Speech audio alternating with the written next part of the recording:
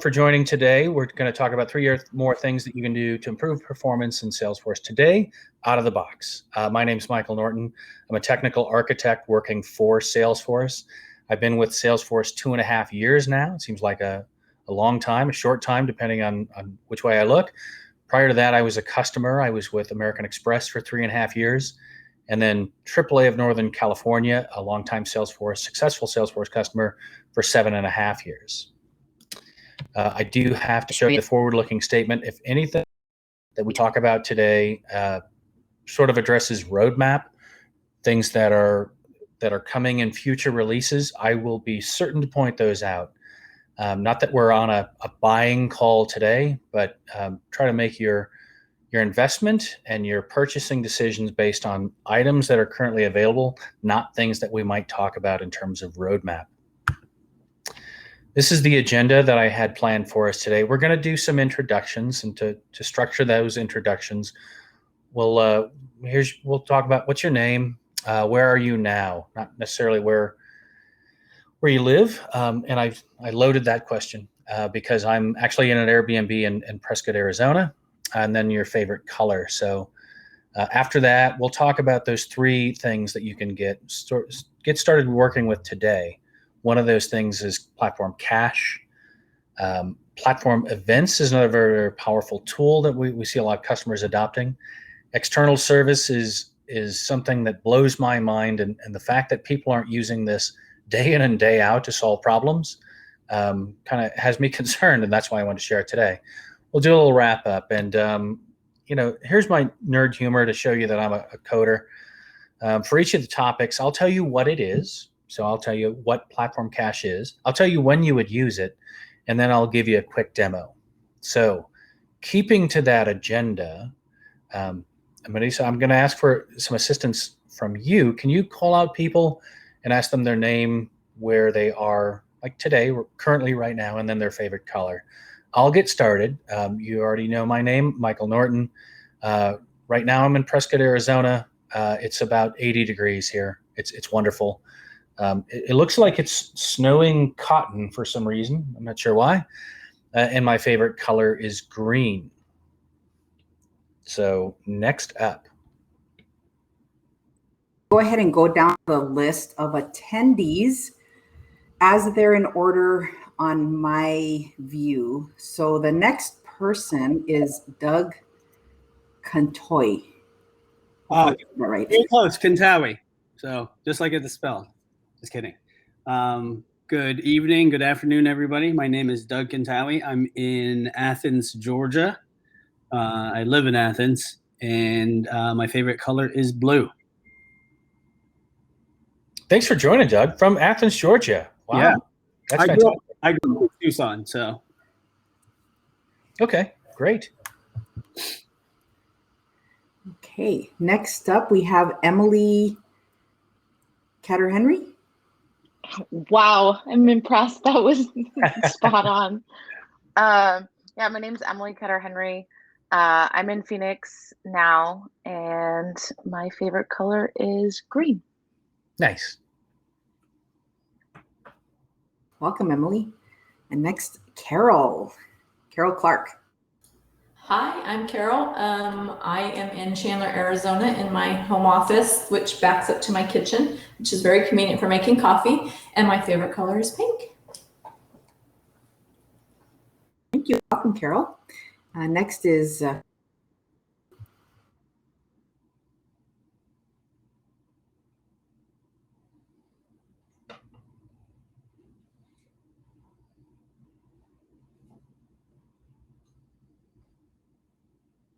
I believe her mic is having a problem, but Kristen and I work together, and she's also in the Phoenix area. Okay. Welcome, Kristen. Okay, I've got Kyle Blomquist. Hello. I'm Kyle. I'm in Ahwatukee, so just in southern Phoenix, and my favorite color is blue also. Kyle. And next I have Mark Chauvin.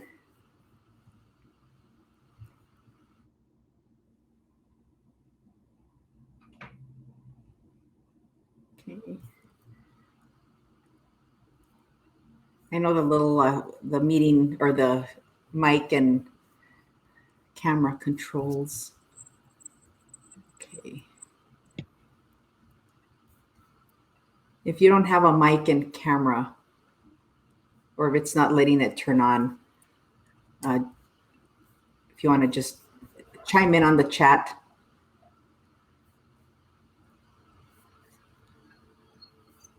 Oh, there he is. Are you muted? I think you're muted.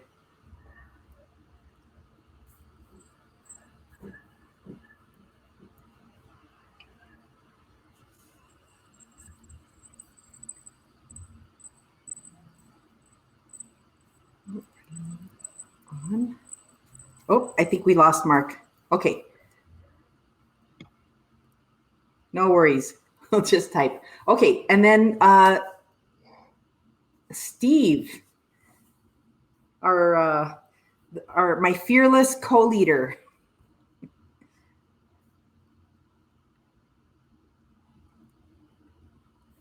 Let's see. You should be able to. Do you see the control, Steve, down at the bottom of your screen?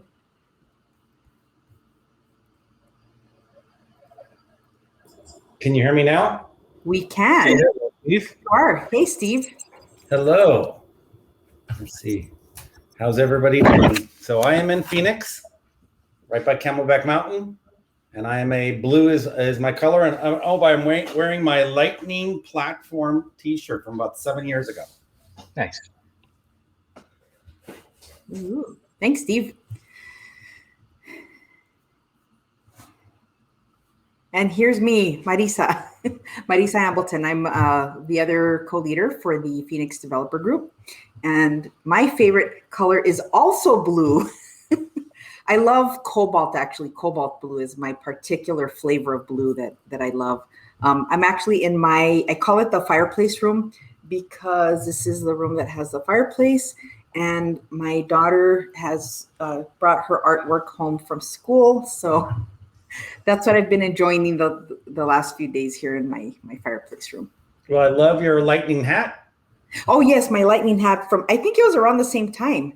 Yep. And I'm wearing my Cactus Force shirt. So we have giveaways of Cactus Force shirts for today's meeting and certification voucher codes. So that's our giveaway for today. There's giveaways? Yes, there is giveaways. And actually I have a lot of giveaways. So,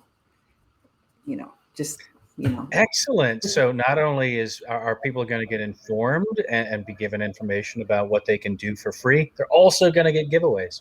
Yes, and I do have a little extra because I know that there's a lot of people that have been trading swag and also like certification vouchers.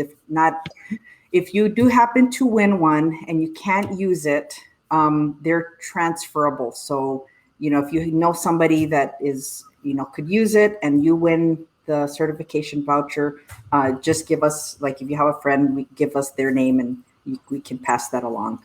You can gift away the certification voucher. Yes. Yes. If you can't use it yourself.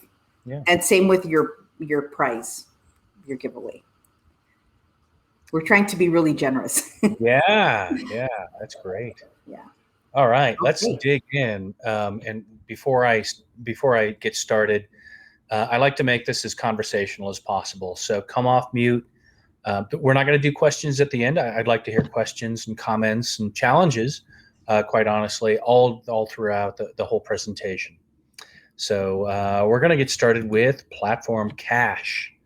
So Platform Cache is one of those great sort of sampling, try before you buy offerings from Salesforce, where you can start using Platform Cache, and then if you find you're using a lot of it, you can ask for more, and that's where you sort of prove out the value before you go for that funding. Now, what is Platform Cache? Really, it's a way of storing information that you would normally get from a source that's difficult or time consuming to get that information from. That could be an external web service. That could be a like a long-running database query, and those are some use cases. So I'll throw a travel one for you. If you're working in the travel industry and you want to know what flights, let's say Southwest is taking this day, you might make a web service call out to a flights API, grab all the flights for a particular day that are, departing Phoenix, and then store that in cache. And that means that all of your other users that needs to get that information throughout that day don't need to make that web service call out. If that's time consuming, or sometimes consuming these APIs through a consumer key is, there's a cost associated with it. Having that information stored locally is a great idea. You can create partitions to sort of segment the different areas, and it's highly flexible for usage with sessions and orgs. And we're going to see how that works through a demo. So here's kind of a rudimentary version of that. Cache generally works through an Apex class, the coding language for server side on Salesforce. So if you're in Salesforce and you invoke a class, and let's say you're looking for flights out of Phoenix, you might say, hey, do I have that information cached? And if I do, you're following this green arrow, you're going to retrieve the cache and take that back to the Apex class. If not, or if the date changes or the cache expires, then you're going to make that sort of, I'm going to use air quotes and say that's an expensive call out, the time consuming call out. But that's only a one-time thing. So it's going to make that call maybe into another hosted API that's behind a firewall, that's got a load balancers, and maybe there's more than a few seconds for that API call. It's going to make that call to that data store and return those values. So this is a kind of a rudimentary diagram. If we were looking at a whiteboard, I could draw this out and you'd say, wow, that's fantastic. I totally get it. So now let's jump right into demo. And this is the one that I talked about early. This is going to be heavy code. So don't worry, I'm going to explain all the code portions of this.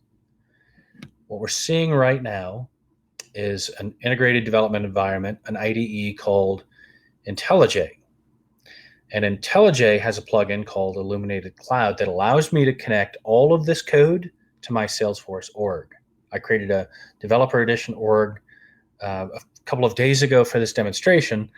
And in that org, I've got objects and classes.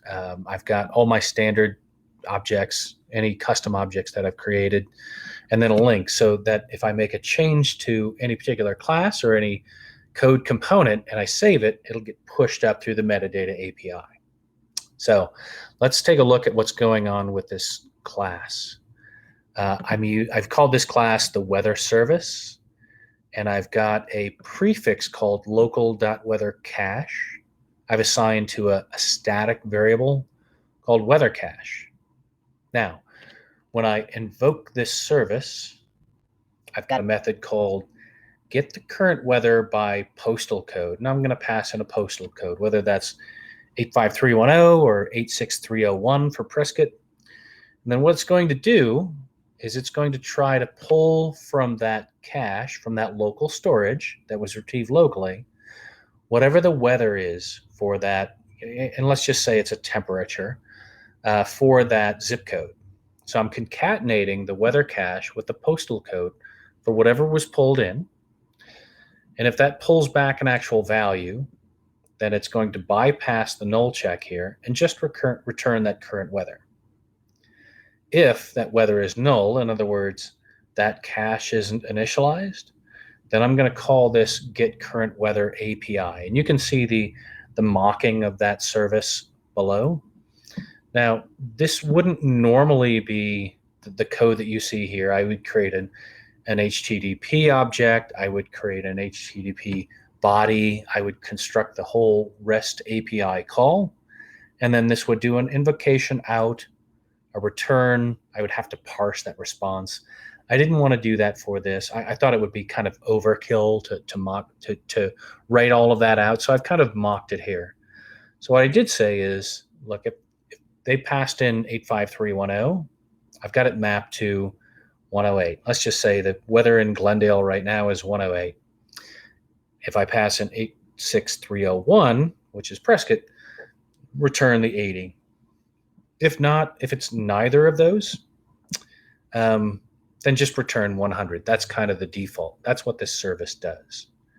Now, I jumped right in here without really showing you how to configure that local cache.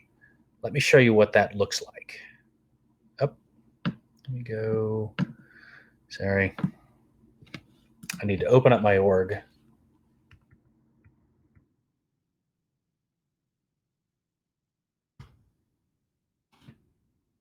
I want to show you where the org cache is configured. It's going to take me right into this.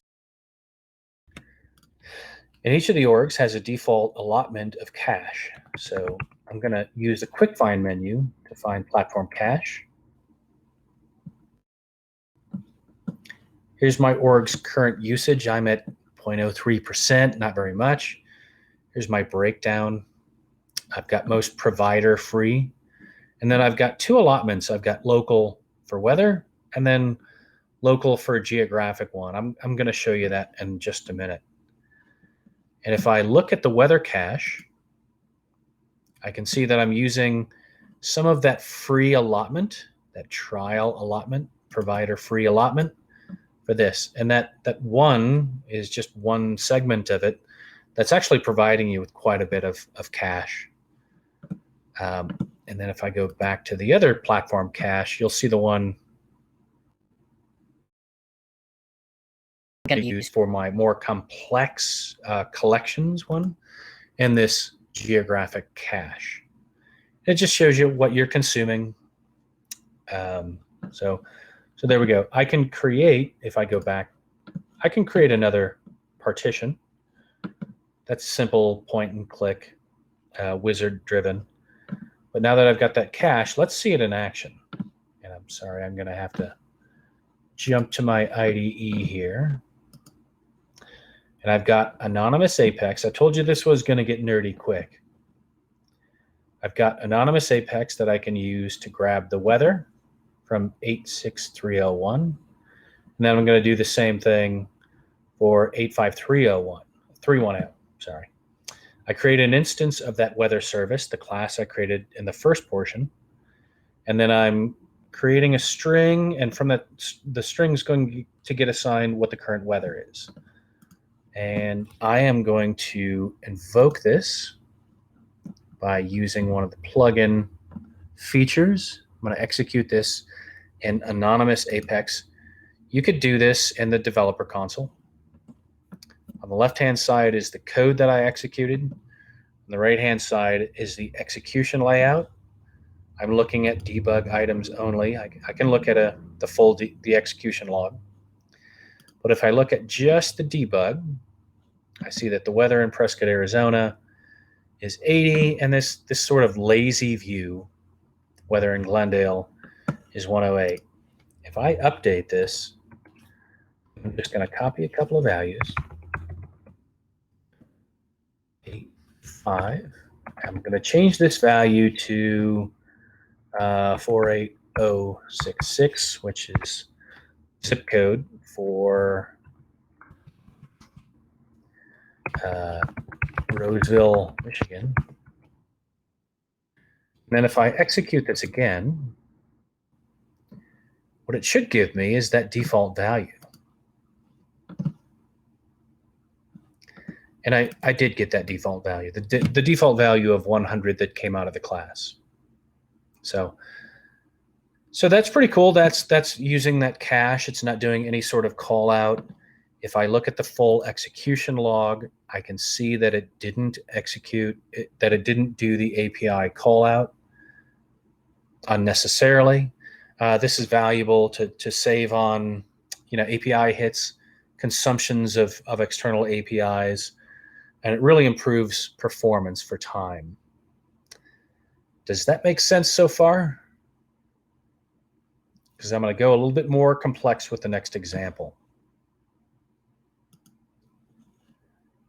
Platform cache. So I'm going to jump into a bit of a more complex version of it. And the question that I asked myself when I was exploring platform cache is, well, what else can you put in platform cache? What else can you store? Can you store things like objects or collections?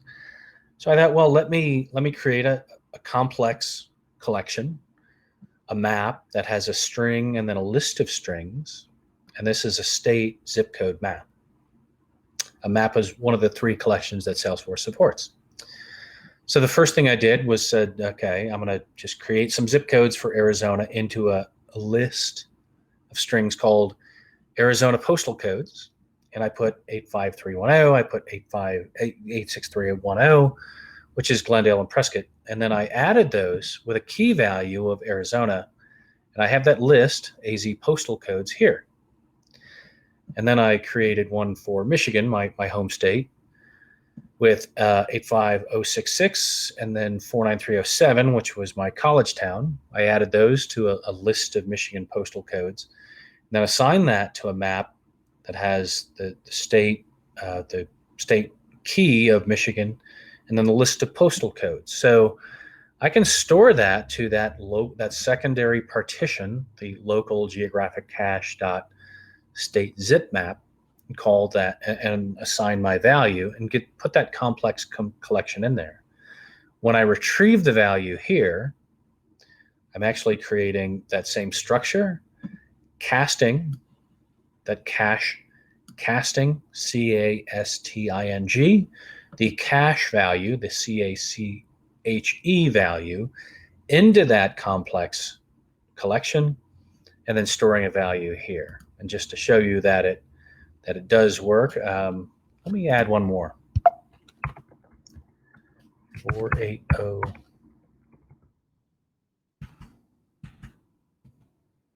This should work. It should bring back that 480000. Lists aren't guaranteed an order, so let's just see what it does. Going to execute anonymous. If I show debug only and look for that debug statement, it did show me that last value, or sorry, that first value, the value I just entered. Very code-centric, very code-heavy demonstration. You can put this weather service that accesses the cache into a callable, actionable item from flows. You can make this executable from process builder. You can have this called from other Apex, from Lightning web components, from various other things. You can make an API out of this. So that is platform cache, and that's the ability to store these complex values into local values on Salesforce. Any questions about platform cache before we go on? Can you give us some more examples about what? Some more use cases. Yeah, some of the use cases, or maybe something that's a little bit different for using the platform cache. Yeah. Any bypassing, like can you bypass any functions or, like, I don't know, logins? Yeah.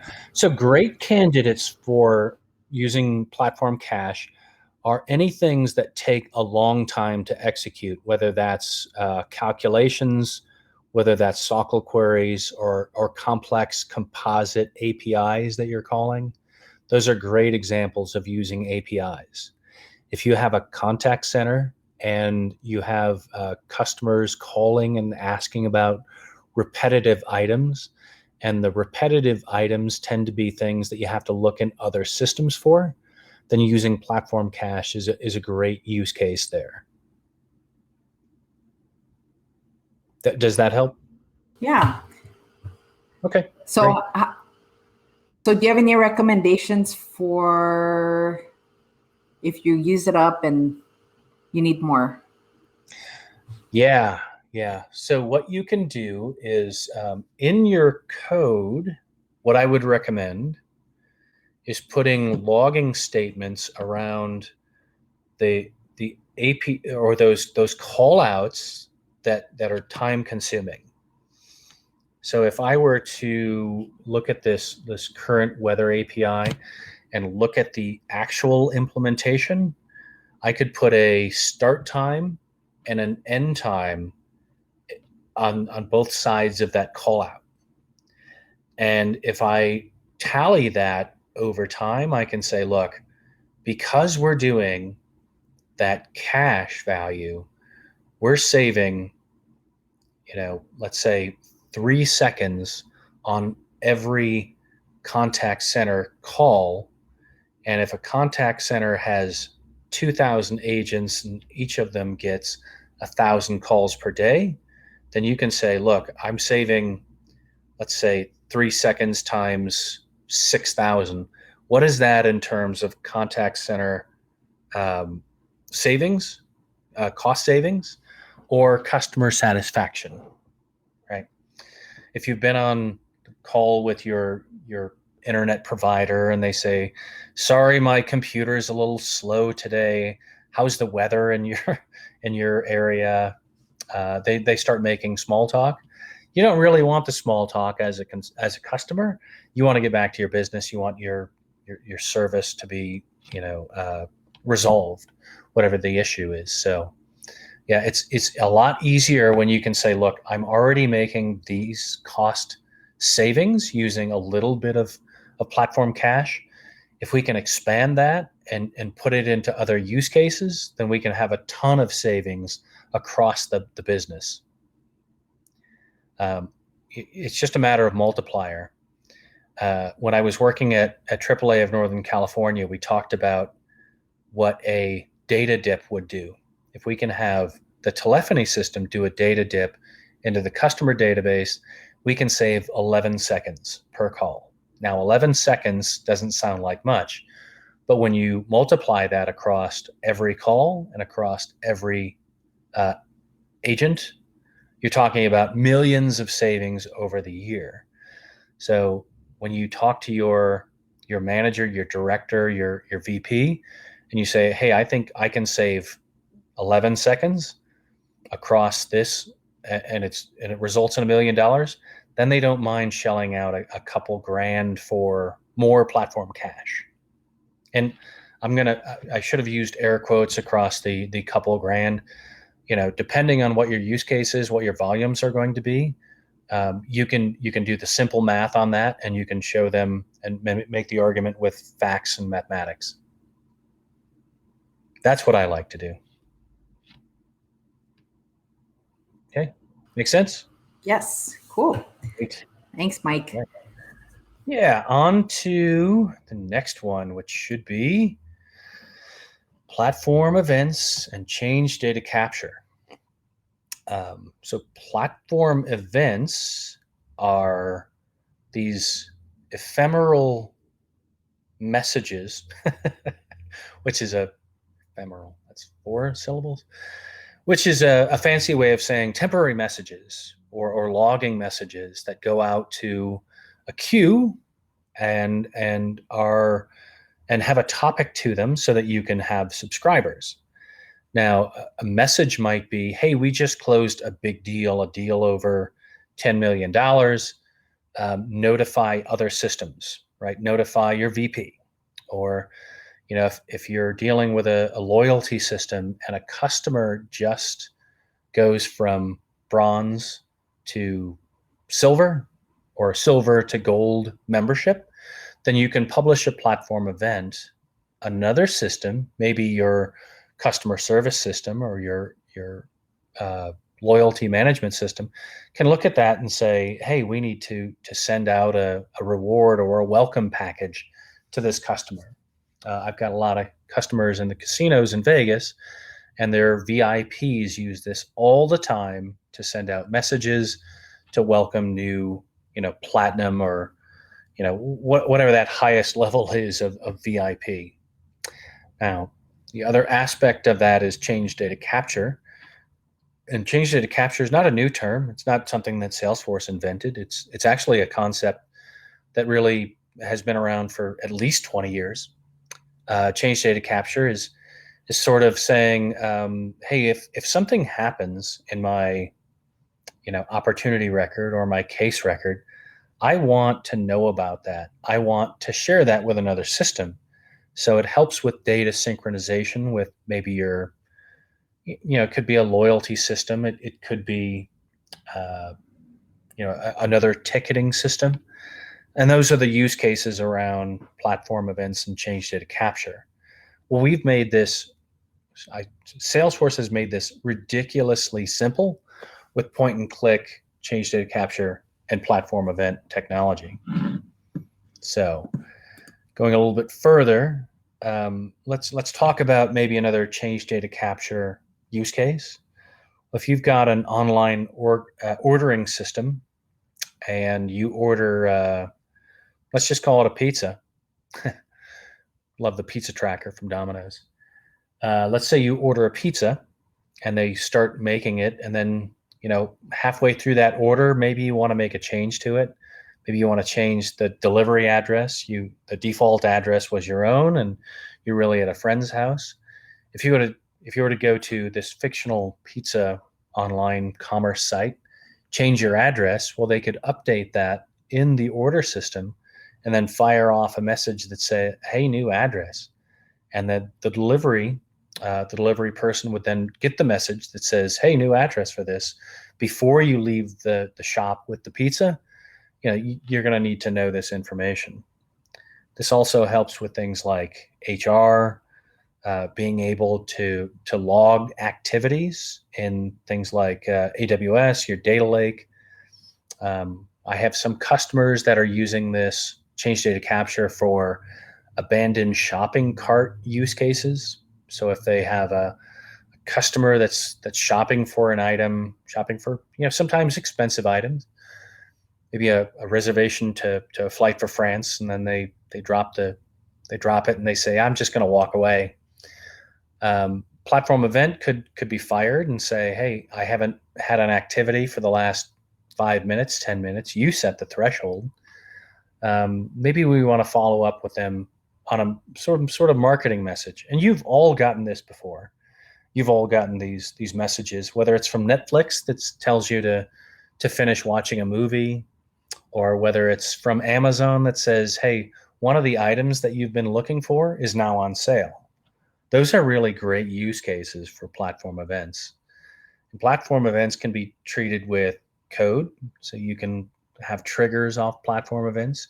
You can also have process builders that fire off platform events, or flows. And quick plug for flows over process builder. There's a lot of investment going into usability and general user experience for flows. We're tapering that investment on process builder. So I wouldn't be surprised if you see a lot more functionality coming out for flows in the future and not as much functionality coming out for process builder. I have a question, Mike. Yeah. The scenario that you just went through is within a company. Mm-hmm. Does platform events support external messages? It does. Yeah. Let me go back, and I apologize. Oh, yeah. Here's the one. So another platform event, if we look at things like AWS, could be inventory, and you can have AWS or an integration solution pushing events onto the Salesforce event bus, and then Salesforce can take action on that. So let's say you're doing reservations for, let's say, a moving truck or something like that, and all of that is being handled through like an AWS or your own on-prem things. You can push those abandoned shopping carts or those marketing opportunities, let's call them, onto the Salesforce event bus. The Salesforce event bus can then have triggers or process builders or flows that then create, let's say, a case or an opportunity record, and then route that to an agent. You might even be able to say, "Hey, there's some high value events or reservations that we want to prioritize. So having your reservation system, your booking system, talking directly to Salesforce in this decoupled asynchronous manner through platform events is of great value to you then. Does that help? The short answer is yes, you can have other systems publishing events on the Salesforce event bus. Now, sorry, was there another question coming up? I was seeing if anybody else has any questions. I've gone ahead and enabled everybody's mic. So, okay. Feel free to chime in if you have questions or if you don't want to speak. If you want to just throw something in the chat for Mike. Yeah. And I can only see what you're seeing right now. I can't see any of the chat. So, Melissa, if you could voice those questions, if any come up. Okay. Yeah, no questions yet. Okay. Yeah. So nerding out a little bit more, the Salesforce event bus, really in the background is a technology called Kafka, which is streaming event logs. This Kafka instance is running in the Salesforce data center. So it's not making call outs when you do that. There is an allotment of platform events when you have a Salesforce org, free events to start with. I don't like using the term free, maybe out of the box. You get an allotment out of the box based on your edition, and that's publicly available. And I have that information. I can share that later. But again, if you start using this, then it's easy to show value and say, hey, look, we're using 100,000 events a day, and we're getting this value from it. If we plug this other system that produces, like 10,000 events a day, we're going to exceed our given allotment, but I think it's worth some money for us to invest there, right? And I do have some customers using the event bus to create a pseudo queuing mechanism. So instead of firing off all of these asynchronous processes as things happen within the org, they're simply publishing to platform events, and then they've got triggers that handle those events, and they're handling those events as resources become available. So think about, almost these fire and forget internal things that happen within an org. If you're publishing events inside the org and then consuming the event inside the org, you're not up against that limit of the number of subscribers. There's something like, I want to say, you can look up the actual details, but I want to say there's something like 50,000 subscribers per subscription messages delivered per 24-hour period. But within the platform, no ding against your limits. Okay, and then the next one is this ridiculously easily configurable change data capture, where you're just selecting the objects, and you can have up to 5 objects selected before you even need to go to your manager, to go to your director and ask for any extra. So with that, we'll go right into the demo. I'll show you what that looks like. Going over to my org. And if I look up change data capture, it's simply a matter of selecting the items and moving these over. So if I wanted the accounts, contacts, come on. There we go. Not sure why that didn't work. Contacts, and let's just use the big Salesforce.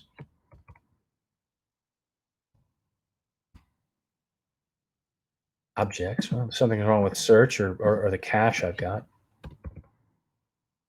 Okay. I'll scroll. I'm going to do lead, and then finally opportunity. There, now I just click save on this, and I've just created change data capture. I've just configured change data capture for my org. So now any record that changes within any of those objects is going to fire an event. That event's going to have a given payload. The payload is something like the GUID, maybe the changed fields. But from there, any integration solution that you choose could say, okay, something happened on that opportunity. I need to grab what's important to me, the amount, the close date, the account on it, and then take action on that. So very, very powerful, very easy to use.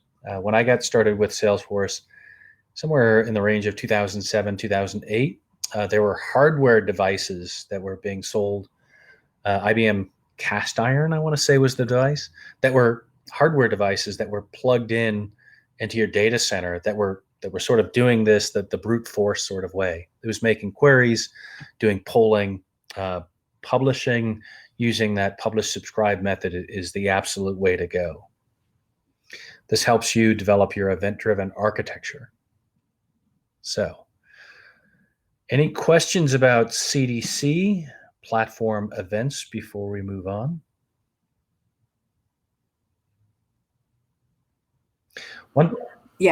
Nothing yet. Don't be shy. There's, we're here to ask questions and be interactive. I am in pre-sales, and I am supposed to make all of this stuff look, like rainbows and unicorns. I do have some takeaways at the end. There's always considerations when you're using this technology. There's always limitations, and I always like to close things with, well, where does this all break down? And change data capture is not the answer to an event-driven architecture. It'll help you get there, but there's other considerations. There are a number of limitations in terms of the number of records and so forth. One of the limitations one of the challenges I hear a lot from our customers are, will you only support the Comet D protocol for subscriptions? And I bring that up with our product teams often and say we need to expand our reach with this. Some customers don't want to do Comet D. They want to do, some other protocols. So, okay. All right. Skipping past the code, going to external services. So I mentioned this before. This is one that kind of blows my mind. And this is right where I kind of think we should be in 2021. We shouldn't have to hard code all of our REST callouts, all of our SOAP services. We should have some simple tools to us. Tools come from the pattern recognition that we say, well, I can simplify this by just looking for these patterns.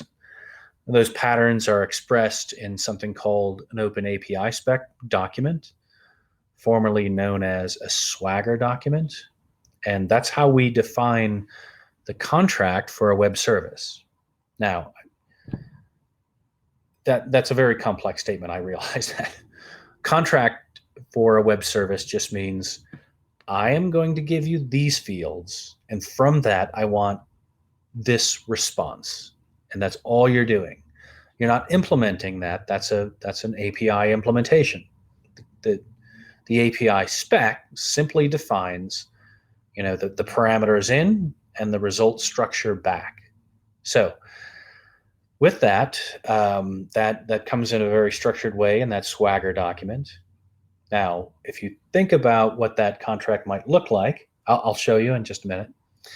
That, along with credentials, because you want this to be secure, and a URL are the inputs into external services.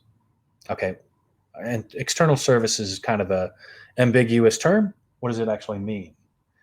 It actually means that you can create a callable, invocable action that you can put in your flows. So you don't have to involve your coding team, your development team, when you want to do callouts, when you want to do integrations with other systems. So I want to show you what that looks like. First, from the Salesforce side. So I'm going to go over here. Wait, this is working. External services, and show you what I have. Now, I'm going to admit that I pulled this straight out of the Trailhead external services project. This bank service has these actions. These are the actions I can do against that external service. I can delete, I can add an account, I can get account details, or I can update something specific about an account. Now, that's the external service. How do you put that into a flow?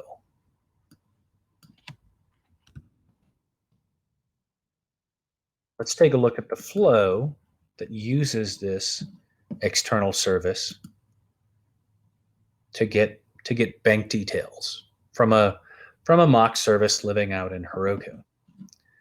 So what I have here is a simple flow, a screen flow. It has an account name, an account type, and hopefully flows aren't new to you. I love what Alex Edelstein has done with flows over the last year and a half. He's made them so much simpler. If you saw what flows looked like 2 years ago, maybe 3 years ago, you'd say, ooh, gross. So much easier to use now. So that screen takes 2 inputs, a name and a type, and then it does this, I'm going to say, magical thing called an action. This action is called get account, and I'm passing in the account name. I have some additional things that I can set as part of this flow. And then the results of that call out, this is actually an API call out. The results are going to be displayed in another screen. So it's a simple, give me your input, do that call out, hit that API, give me the results, and then give me the result of get account dot 200, which is a successful call, dot name. Now, in reality, I would evaluate the result of that API call and say, look, the happy path is the 200 path, maybe the 400, 401, 501 path, might be something else. So I would do some troubleshooting here. But for demonstration purposes, I'm just showing you that it comes back with that successful response and then the dot name or the available balance. So what does that look like when I run the debug?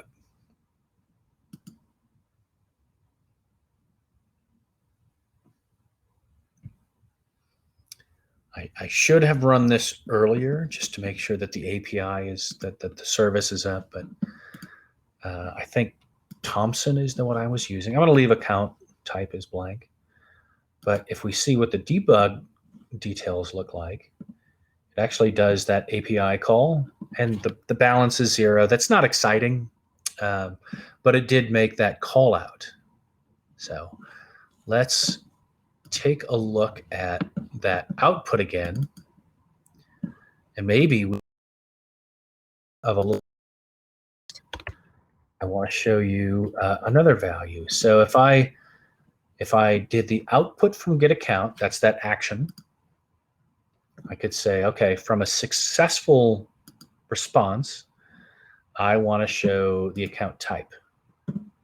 Now I can say type, done, save that. And I hope this gives me something interesting. I'm going to run it again with Thompson, these saved values. What's the account type? The account type is purchasing. So it did actually pull back a different value. It actually hit a live API in Heroku. External services don't cost anything. You can create external services. You can create external services all day long. The other 2 items, platform events and platform cache, you can use it a little bit. And if you need to use it a lot, then you've got your validation. You can go ask for funding for it. But external services, you don't need extra funding for that. Create that external service, give that document. Let's see what that document looks like. It's actually going to be a, I've got it here under specs. It's actually going to be a .swagger document, which is the former name of the Open API spec. But For formatting purposes, I called it a .json because my IDE understands JSON. This is what that JSON file looks like. So I just dropped this into the creation of that external service, and away I went. This is the output of creating an API spec. So when you deal with your integration developers, this is the contract that they deal with day in and day out. If something changes with a different version, they're probably going to use a tool for this, but they might say, okay, version 1.1 is going to have a different structure. We can get to the structure below. Might have different parameters, might have a different response, but this is in human readable format. And you can see that this response shows account details. So using Vim Magic account details, I can find out where the structure is defined and then add to that structure. I can say, open date. And that is, I would define that open date below here and give it a type, but I can add and modify the structure of that contract and then ingest that again as an external service and now have that new field. That is external services. Oh, I skipped the demo slide. So that's it. Any questions on any of those, or sort of arming yourself with sort of the value statement before you go and ask for anything more? I think, when people start using these and seeing value from them, it's a little easier to have that conversation.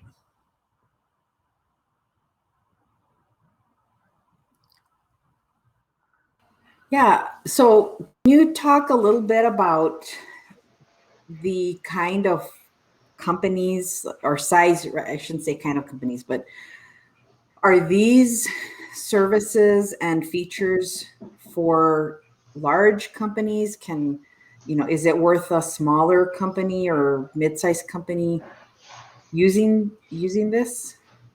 Or is there a certain organizational structure as far as how many different systems are used, right? So like on your slide, your example, you had, Workday and Amazon Amazon Web Services.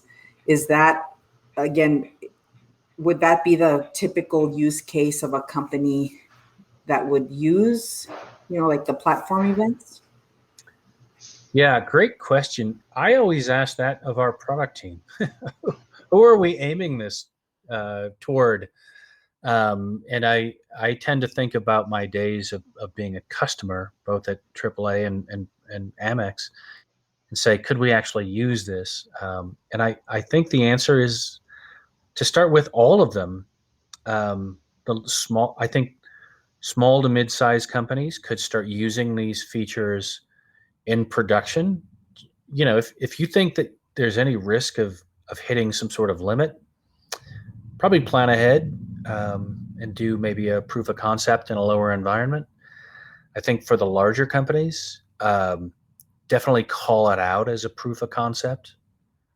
If I was at Amex and I was using something like platform events, I would definitely select a small use case first and not have the risk of having a mission critical application using something that has, I'm going to use air quotes again, considerations or limitations, but sort of prove it out first. Hey, Marisa, can you hear me now? This is Mark. Hey, Mark. Hey, Mark. Hey, guys. I was just going to follow up with an example, Mike, if that's okay. So, Please. I'm working with Thomson Reuters right now, and they have an older code base, and a lot of their integration for orders with SAP is at future events. And so they asked me to help kind of consider, should they switch to queuable or should they switch to platform events?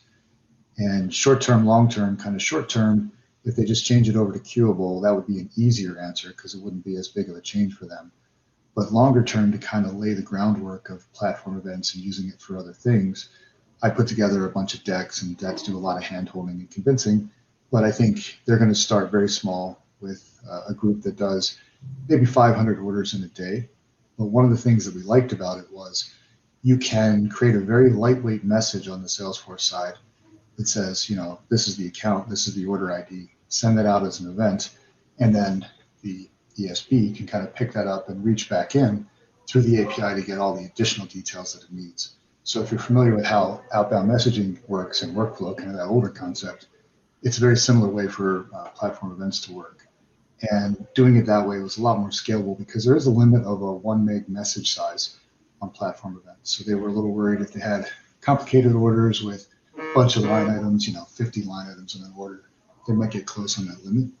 But this seems to work for them. They're really happy with how they rolled it out so far, and they're looking to kind of build it up from there. So we definitely started small. It was kind of the foundation for looking at this for other things down the road as well. So I don't know if that helps, but that's a kind of real world thing that we were in. That's great. Yeah, thanks so much, Mark. There's a real world example for everyone. Awesome. And also talk a little bit about change data capture. That one was a little bit bumpier, only because, like Mike showed, it's very easy to enable. But the problem we ran into is once you turn it on, you get a lot of information. So anytime anything changes on an account or a contact, it's going to publish a message. And there's no way to say, hey, I only really care about first name, last name, email. Once you turn on contact, you get any changes to contact.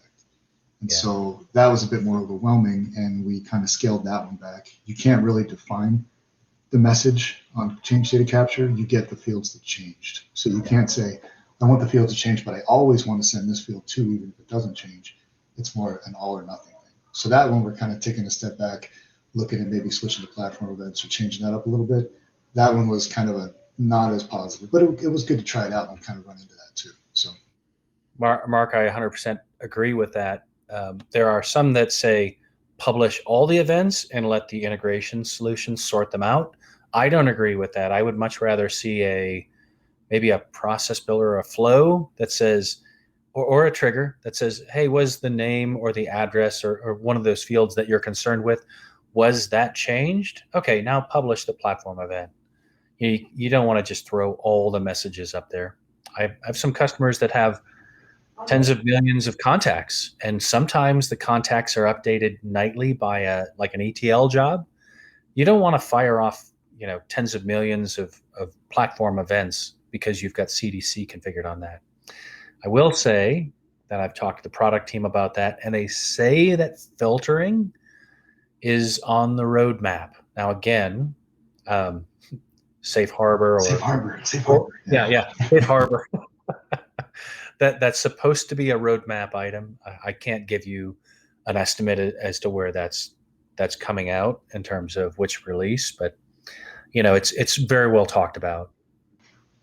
Yeah, and one last thing, if you guys don't mind, I can throw in about platform events. Another nice thing. Oh, yes, please. Another nice thing that we liked there was you can define an event to be whatever you want, and you can trigger it through Apex or Flows or Process Builder, just like Mike said. So when we talked about orders, initially we were going to create one event for orders. It said anytime something happens with an order, send it out to this listener and it'll get passed on that way. But then we realized we could have a separate platform event for a new order versus a renewal, because in Thomson Reuters terms, renewal is slightly different, needs some different processing. And so we had two different events that were very similar, but we knew that if it went out through this subscriber, it was a new one. Went out through this subscriber, it was a renewal, and then the ESB could catch it from there and do the right actions kind of down the road. So even within having one single object, you can have as many different flavors of platform events as you like, so you can kind of further get a bit more granular with that, which is pretty cool. I did plural. Yeah, and you can define what that looks like. They're all high volume now, unless you were creating platform events in that very narrow window where they weren't. But yeah, you can define which fields are on here, define any triggers that fire when events are here. So yeah, thanks, Mark. I kind of skipped over that. You can have your custom events as custom platform events. _E. Very understandable by Salesforce administrators, low-code developers. Great. Cool. All right. That is what I had. I don't know if I can jump to the way bottom. Everybody close your eyes for like 3 seconds. Okay, I'm gonna scroll fast. Oh, no. They're right there, right there. Now you can open your eyes. So thanks everyone for joining. Thank you for your questions. I know, Vanessa, you had coffee talk scheduled after this, or something along those lines. I did, yeah. So I think you and Steve were I'm trying to look, I'm seeing that who's here, were the only ones that were there the last time. It's been a little while that we've done, that we did agile or lean coffee. So has anyone heard of lean coffee? Do you know what lean coffee is?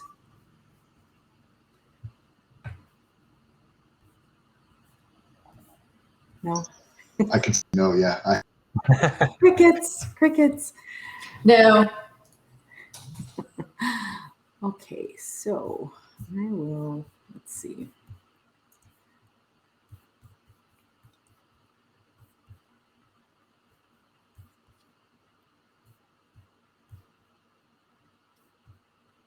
Share.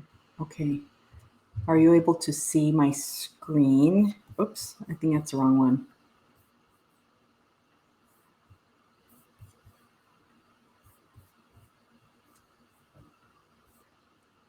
There we go. There. So lean coffee is an unstructured meeting. Typically, it's if you run Scrum or Agile, it's a way to flesh out ideas and talk about what everybody wants to talk about. It's like an agendaless type meeting. And we found that this actually worked pretty well for some of our meetings. For those of you who've been to some of our meetings back before the pandemic, where part of what the value of the user group and the draw of it is just people that are getting together that not only want to learn about Salesforce and the platform, but you might have a particular issue that you're trying to get over or that you're having a challenge with. And this lean coffee is a good way to just go through and, let's say, your team, right? You get together and everybody has different things you want to talk about, but it's not as structured as like your morning stand-up. And so you put together this Kanban, you identify, when I say you, anyone present will identify what they want to talk about. Typically you have sticky notes that everybody writes what they want to talk about, and you come up with a theme or a topic. We don't really have a theme or topic other than Mike he volunteered to talk about some of the free things that you can do within your org to prove value.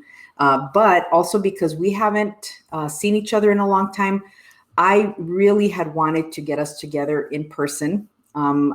It looks like everybody that RSVP'd to the meeting, whether they're here or not, said, yes, I'm ready to meet in person. And I looked and looked for a suitable location here around the Phoenix metro, and it was really, really difficult.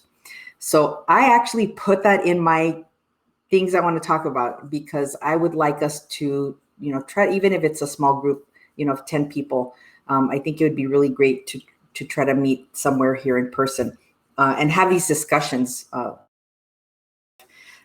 So the next thing is you go through and you vote, right? Everybody contributes and says, I want to talk about this thing. And then everybody gets to vote on which things they would like to talk about. And then you discuss the thing. And then if there's any actions, then you can, have a little document that says, okay, these are our actions. So what I'd like everyone to do is in the chat, go ahead and just post in the chat what you would like to talk about, and I'll go ahead and update the presentation. It doesn't have to be fast. It doesn't have to be long. I know everybody's probably had a long work day, and we want this to be a little bit engaging, or a lot engaging. But just something, what's on your mind, what things you'd like to see as far as like topics. We haven't had a lot of meetings, but again, we'd like to get back to meeting in person, even if it's just a little, small meetings, a little bit at a time.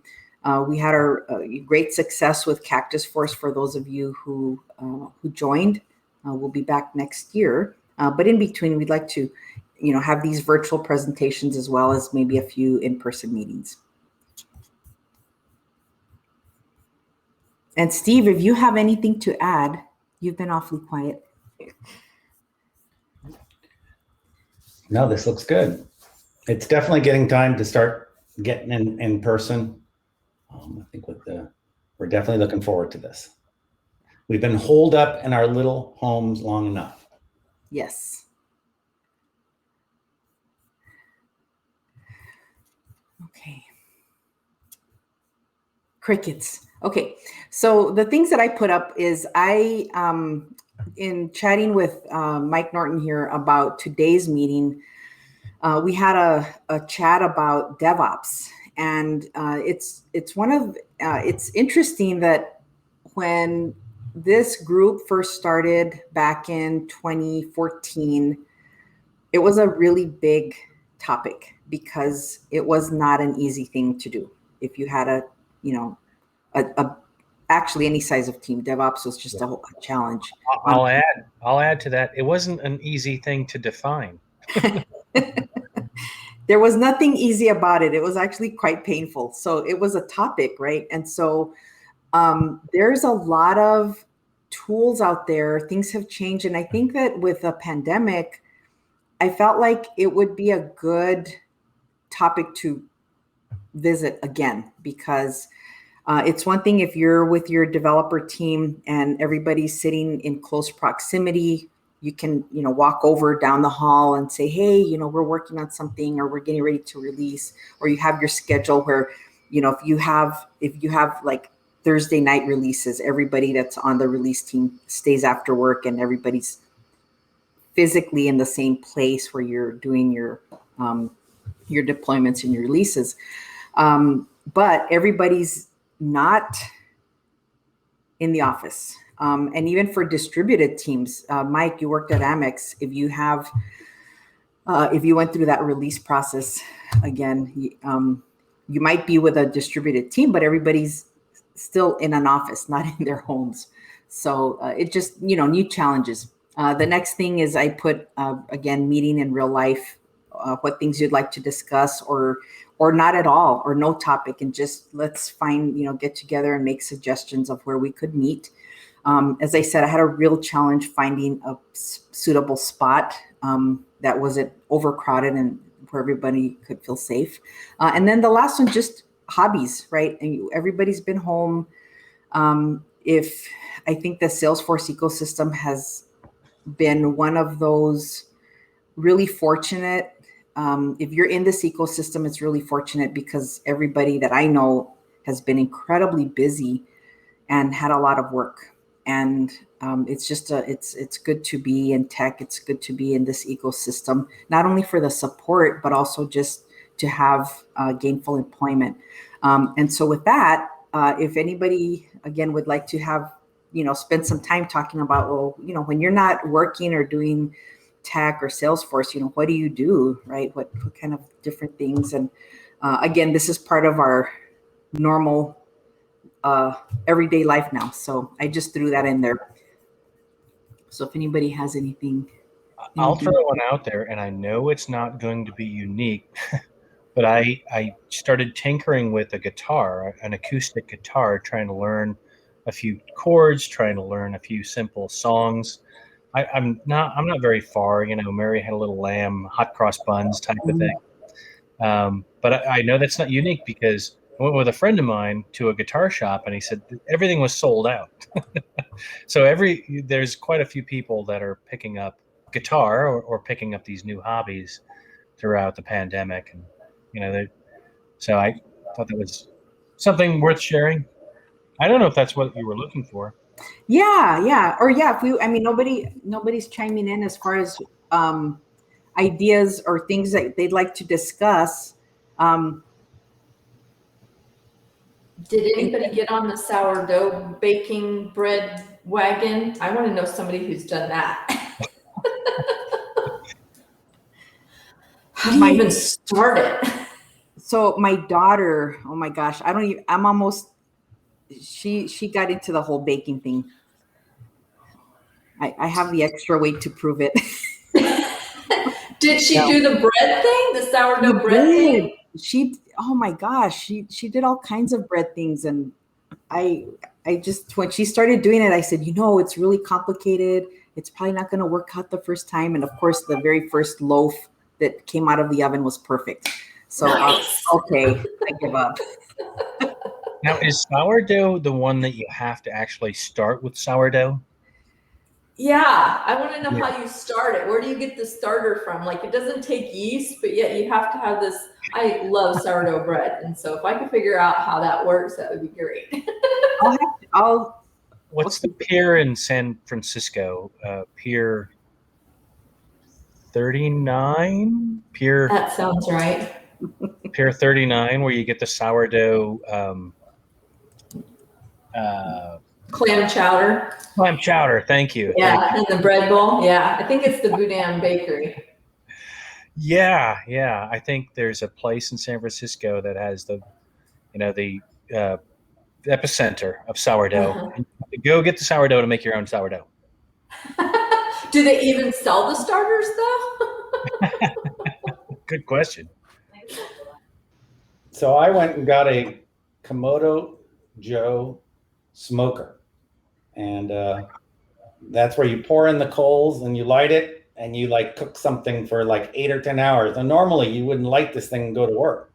Since we're home at work, I would throw the coals in, adjust a few things, and go to Costco and buy a 20 pound slab of meat, slap it on there, and 8 hours later, it's actually really good. So I'm actually doing a pork shoulder roast smoke today. And I'm on. Oh, so the in real life meeting spots are going to be at Steve's house when he bakes them. Oh my gosh! So I think I'm on hour 7 of the pork shoulder roast. So it wouldn't not something you'd never do going to work, but since just let the thing smoke and every now and then go check on it and pull out a full brisket or a pork shoulder, so it's really neat. Just little tweaks here and there. And so that's my thing, is my smoking. I've heard that Traeger Grills are taking off. We've got a Traeger. It's pretty nice.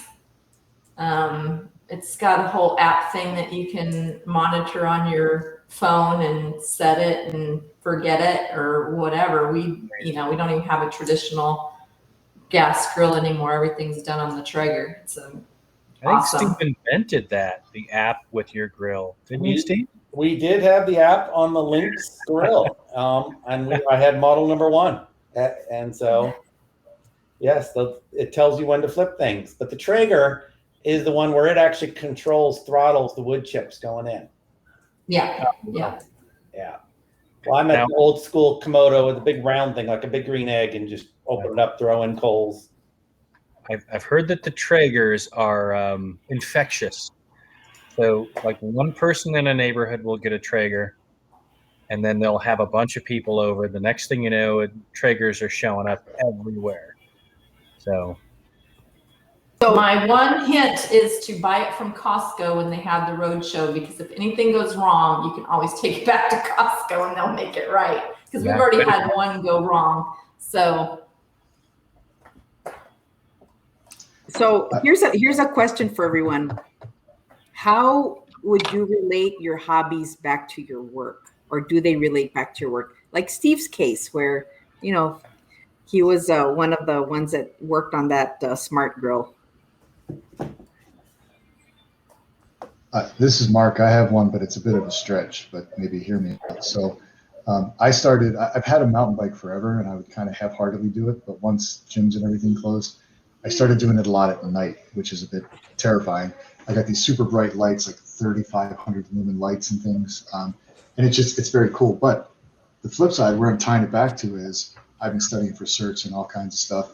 And I would use like the 2 hours of just quiet time, because there's nobody out at night, especially when the pandemic was like really peaking, to just kind of quietly cycle things in my mind while I was doing all this crazy late night, go out for 2 hours in the dark on my bike. So it kind of worked.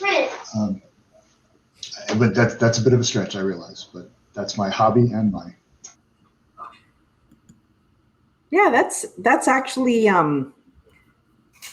I think that's definitely applicable. I don't think it's a stretch at all. I find myself I've been writing. I've done a lot of just reading and writing, and I'll publish more. I'll get around to publishing more. Right now, it's more like a journal, sharing with friends, and have a writing group that I belong to. But it does help me kind of work through kind of the problem solving if I'm having a challenge, and maybe kind of looking at something different. I sometimes struggle to explain complex topics in layman's terms. And so, it's like, say it in English. I'm like, different English. And so the writing helps with that. I love that everybody's into food, though. That I'm getting hungry now. We did we got a air fryer. Finally, my brother's been telling me to get an air fryer for like 5 years, and we finally got an air fryer. And we air fry wings, and they're just absolutely delicious. I love the air fryer. What do you guys recommend for that air fryer? Because my daughter has also been asking. She's been the one that has been doing a lot of the dinners, by the way.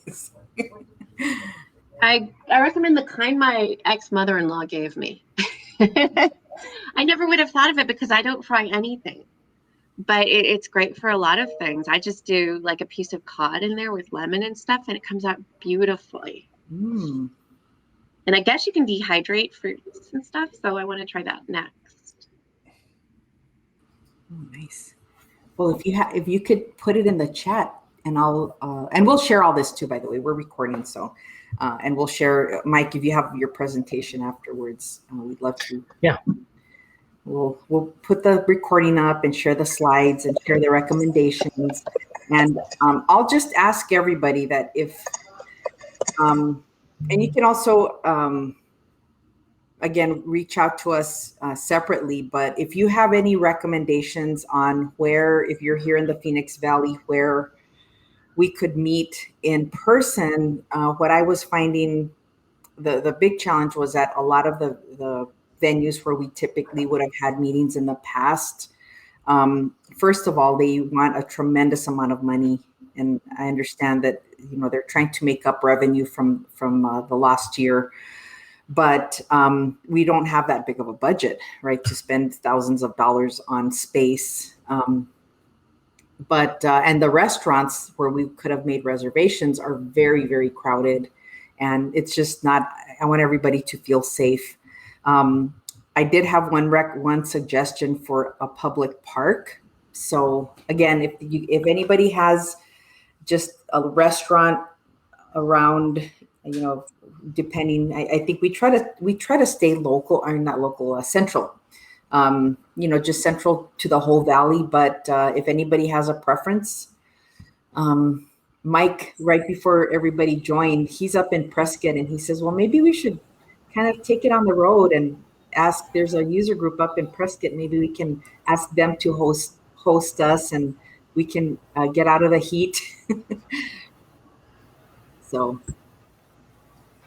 I know there's a little restaurant across the way from us called Stone and Vine, and they have a separate room that we used for my son's graduation. I mean, you have to, guarantee, I think, a certain amount of food and beverage, but it might be worth looking into. I know it's a whole separate room, plus they have a patio off the back of that room, so if people wanted to sit outside, they could, but that would be the only place I can think of right off the top of my head.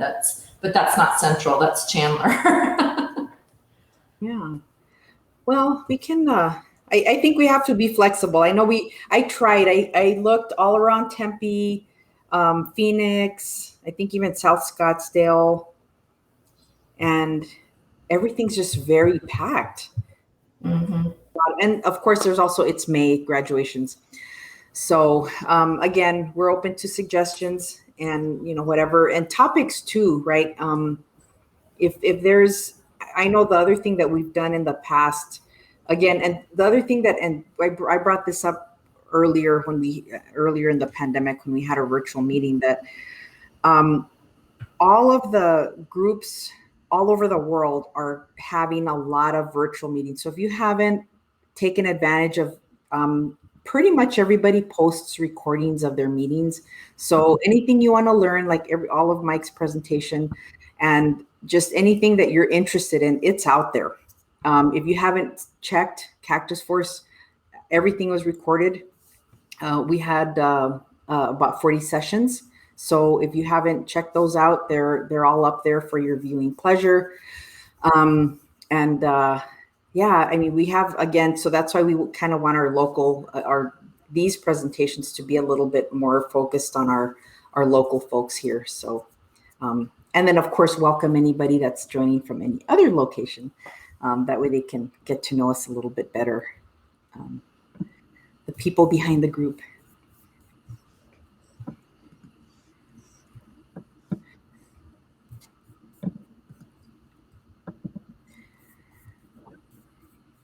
Any other hobbies? Any other topics? Well, you brought it up. I will say that both Steve and I are into martial arts. I've truly embraced martial arts throughout this whole thing. It's therapy for me. I've been doing, instead of maybe 1 or 2 nights because of my previous traveling schedule, I'm doing 3 nights a week and then doing a lot of gym time to accentuate that. I am going up for 5th degree in September. Well, I should say this fall. Steve's already a 5th degree. So yeah, I think that the discipline, the focus, a lot of that ties back into work, right? You kind of wonder, how much of that plays into your day to day, and I think a lot does. Discipline, confidence, things like that. It's interesting. We hire people. Do they have 1 year of Salesforce? Do they have 5 years of Salesforce? Are they strong in LWCs? Are they big Apex? And I kind of see them as a white belt, a green belt, red belt, black belt. And I say, oh, somebody's a strong kicker, but not a very good forms. I say, oh, they're strong in the front end. They got good LWCs, but they haven't done any web services. So it's interesting. I kind of see each person as a student on their own journey and break them up like I broke up martial arts students to train them. Yeah, journey is a great analogy. Yeah, honing your skills, practicing those skills. They even call some of the drills katas, right? Some coding exams are considered not coding exams, but coding practices are called katas, and you can see a lot of the forms there, right? What patterns do they know? Mm-hmm. Yeah. Learning new forms, learning new weapons sometimes are like learning new software languages, right?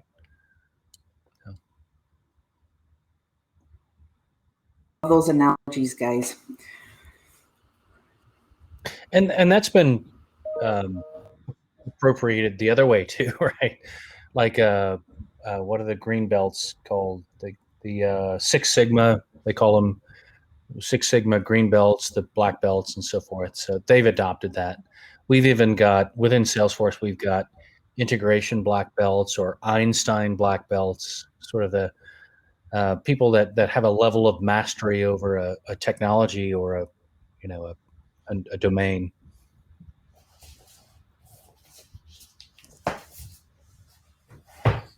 That is great. Congratulations. Yeah, thank you.